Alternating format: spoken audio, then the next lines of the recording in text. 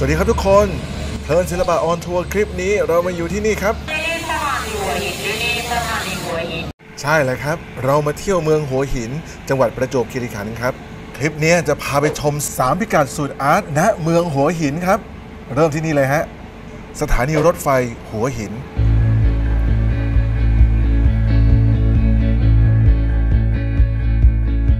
อาคารสีครีมตัดแดงหลังนี้เนี่ยเป็นการผสมผสานระหว่างอาคารไม้แบบบังกะโลกับศิลปะแบบยุโรปแบบวิกตอเรียนครับผสมออกมาได้สวยงามมีเอกลักษณ์มากๆเลยนะฮะแล้วก็อีกหนึ่งอาคารครับที่อยู่เคียงคู่กันเลยนี่ฮะพระพลาพระมงกุฎเกล้าเดิมเนี่ยเป็นที่ประทับของในหลวงรัชกาลที่6อยู่ที่พระราชวังสนามจันทร์นครปฐมนู่นครับแต่เมื่อสิ้นสมัยรัชกาลที่6แล้วการรถไฟได้ย้ายมาไว้ที่นี่เพื่อเป็นการรำลึกถึงพระมหากรุณาธิคุณของพระองค์ท่านที่มีต่อการรถไฟไทยครับและอีกหนึ่งเสน่ห์ที่อยู่คู่กับรถไฟบ้านเราก็คืออาหารฟาสต์ฟู้ดแบบไทยๆโอ้โหได้กลิ่นกันไหมครับได้กลิ่นน้ำหอมไหมฮะแล้วมันเกี่ยวกับศิลปะตรงไหนเนี่ยใครมาหัวหินก็อย่าลืมแวะมาที่นี่นะครับมากันได้ทุกวันเลยครับไปพิกัดต่อไปกันครับบ้านศิลปินหัวหินสถานที่ที่กลุ่มศิลปินเนี่ยได้รวมตัวกันสร้างสรรค์ผลงานศิลปะผู้ชมอย่างเราเนี่ยนอกจากจะได้มาชมผลงานสวยๆแล้วยังได้เห็นกระบวนการในการทำงานได้พบปะพูดคุยอย่างใกล้ชิดเลยแหละครับ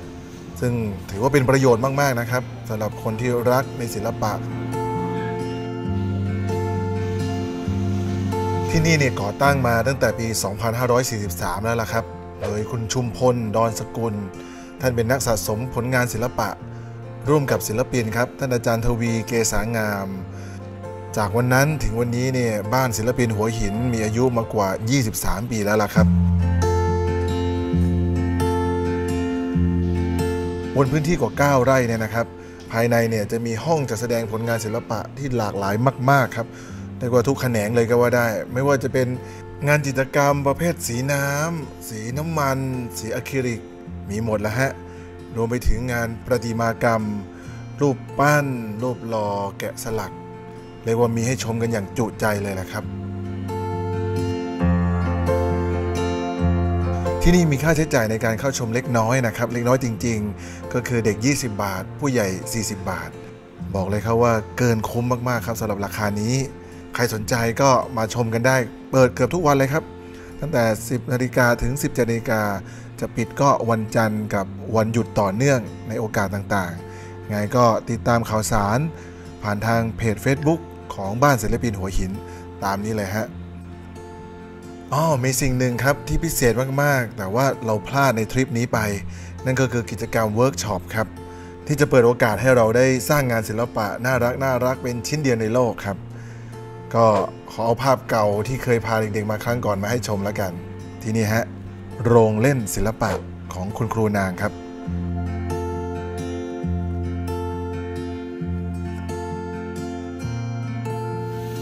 นอกจากนี้นะครับก็ยังมีร้านอาหารร้านกาแฟบรรยากาศดีๆครับอยู่ริมบึงเลยฮะแวะกันมาได้นะครับบ้านศิลปินหัวหินรับรองไม่ผิดหวังฮะ1 2 แบบ1 2 3 1 2 3มาถึงพิกัดสุดท้ายของคลิปนี้ครับชิเคด้ามาร์เก็ตหรือตลาดจักรจั่นนั่นเองฮะที่นี่เนี่ยเป็นตลาดนัดกลางคืนครับได้รวบรวมงานศิลปะในแขนงต่างๆไว้อย่างเยอะแยะหลากหลายเลยครับแล้วก็เช่นเดียวกับบ้านศิลปินครับก็คือเราจะมีโอกาสได้พบปะพูดคุยกับศิลปินเจ้าของผลงานที่มาเขียนภาพให้เห็นกันสดๆโตเป็นๆเลยฮะ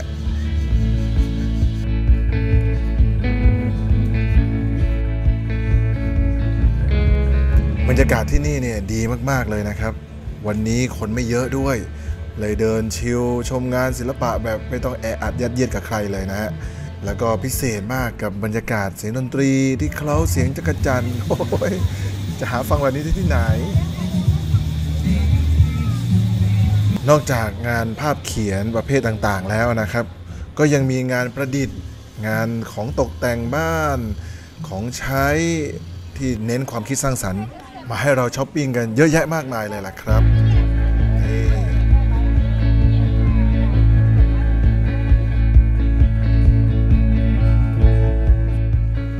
ส่วนโซนนี้ก็เป็นเสื้อผ้าเครื่องประดับต่างๆครับโอ้โห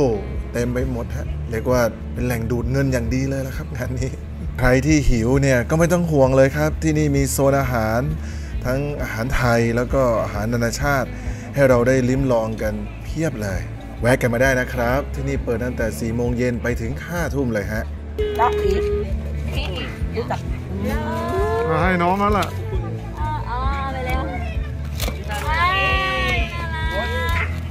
อย่าลืมนะครับหากมาเที่ยวหัวหินนอกจากจะเที่ยวทะเลแล้วนะครับต้องห้ามพลาด3 พิกัดสุดอาร์ตไม่ว่าจะเป็นสถานีรถไฟหัวหินบ้านศิลปินหัวหินและชิเคด้ามาร์เก็ตแห่งนี้เนี่ยนะครับสุดท้ายฝากกดไลค์กด Subscribe เป็นกำลังใจให้กับช่องเพลินศิลปะกับครูอุ๋ยด้วยนะครับลาละครับสวัสดีครับ